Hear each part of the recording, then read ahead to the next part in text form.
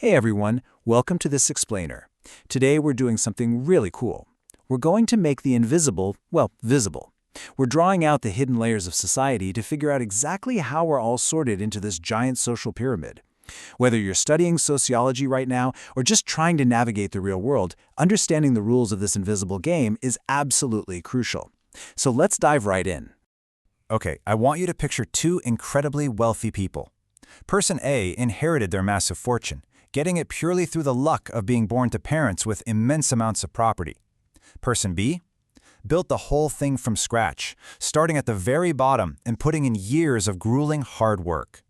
Now, ask yourself, who truly deserves their wealth? Sociologically speaking, the most interesting thing here actually isn't your personal answer. It's the fact that different societies, in different times and places, have completely different answers to this exact question.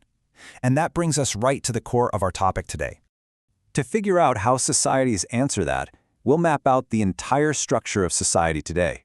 We're going to cover what stratification is, look at the society pyramid, compare closed caste systems to open class systems, explore how we move up and down, and finally, wrap up with why this all matters so much. All right, let's jump right into part one. What is social stratification? So, social stratification is basically society's way of categorizing and ranking us all into a hierarchy based on things like wealth, education, and power. It's kind of like the geological rock layers of the Earth, but, for people. And what's truly fascinating here is that this isn't about natural talent or who is individually smarter. It is a universal, engineered characteristic of society itself. It persists across generations, and it's heavily supported by society's cultural beliefs, which define these inequalities as completely normal, or even fair. Let's actually sketch this out visually. Moving on to part two, the society pyramid. In most modern Western societies, we can essentially slice this giant pyramid into three main layers. Up at the top, you've got the upper class, the folks who own significant wealth or resources. Right in the middle is the middle class, your professionals, managers, and skilled workers. And down at the base, we have the lower class, who are trying to navigate the world with highly limited resources. And make no mistake, the layer you belong to dictates almost every opportunity you're ever going to get. Now you're probably wondering, how do you actually get assigned your layer? Well, it usually comes down to a real tug-of-war between two core concepts, ascribed status and achieved status. Ascribed status is what you were just born with, your race, your family lineage, or the wealth your parents happen to have. You literally have no control over it.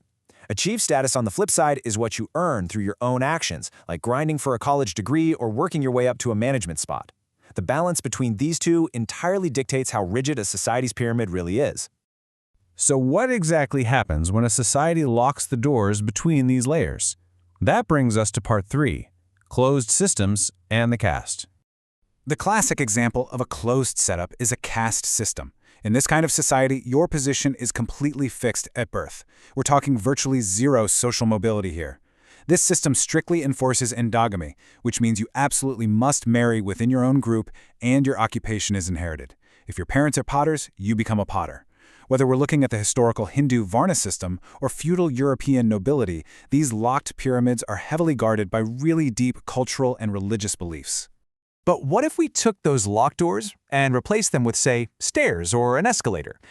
Let's check out part four, open systems and the class. This brings us to the class system, which is basically your archetypal open system. Unlike the rigid caste setup, an open class system actually unlocks the doors. It allows for exogamy, meaning you can marry for love across social lines, and your job becomes a matter of choice. A farmer's child can study hard and become a doctor. The boundaries get blurred, and your status is driven a lot more by personal achievement and economics than by divine mandate or strict tradition. Now, as sociology students, to really get how this open pyramid operates, we've got to look at two of the absolute heavyweights in the field, Karl Marx and Max Weber. They both agreed that economic factors are huge, but man, they had completely different blueprints for how it all works. Marx saw a really harsh, binary world. You had the bourgeoisie, who owned the factories, and the proletariat, whose labor was being exploited. Very black and white. Weber, however, argued that was way too narrow. He saw this complex 3D model, where inequality is this messy mix of your economic class, your social status, and your political power. And Weber gave us a seriously crucial concept, life chances, which is basically how your class dictates your actual, real-world access to opportunities. You can actually see the Marxist perspective perfectly visualized here. It's a classic 1911 critique, and it argues that the open class system, well, it's not truly open at all. It illustrates the belief that the wealthy upper layers are resting heavily and unfairly right on the backs of the working layers beneath them, just extracting value from their labor. It's a really powerful visual reminder of how stratification can be viewed as an exploitative structure rather than just a natural order of things. Okay, so if you are in an open class system, how do you navigate those stairs? Let's dive into Section 5, Social Mobility. Social mobility is literally just the mechanic of moving up or down the pyramid. And this can happen in a couple of ways. It can happen within your own lifetime, like say you get your degree and land a much higher paying job. We call that intragenerational mobility. Or it happens across generations, where you eventually reach a higher class than your parents did. That one is called intergenerational mobility. But here's the thing, not all movement means you're climbing. You can have horizontal mobility, which is like moving from one middle-class entry job to another entirely different job, but with the exact same pay. Vertical mobility is when you actually move up to that corner office. But remember, the escalator goes both ways. Downward mobility is incredibly common too, often happening because of a sudden job loss that drops someone right down the pyramid. And sometimes, believe it or not, mobility has absolutely nothing to do with your individual talent or how hard you work. This is what we call structural mobility. It happens when massive, sweeping societal changes force huge groups of people up or down the pyramid all at once. Think about graduating into a massive economic recession. Thousands of people become downwardly mobile simultaneously. The pyramid itself is subject to these huge macroeconomic earthquakes. All right, let's bring the whole shebang together for our final section. Part 6, Why Stratification Matters. Why do we even care about all this? We care because the layer you're born into fundamentally dictates those life chances we talked about. Statistically speaking, children of wealthy families live longer, they are healthier, and they do better in school compared to kids born into poverty. Stratification literally dictates neighborhood segregation and even who gets approved for a mortgage. This isn't just some abstract textbook theory, it's the invisible framework calculating the mathematical probability of your success. Now, to justify all these massive inequalities, open class systems usually lean heavily on the idea of a meritocracy. Think of the classic American dream, the idea that sheer hard work, perseverance, and pulling yourself up by your bootstraps will entirely determine your place in society. It's an incredibly powerful, inspiring ideal. But as we've seen today, it's also a highly idealized state that doesn't fully exist perfectly anywhere in the real world because it ignores the massive structural advantages that some folks just start out with.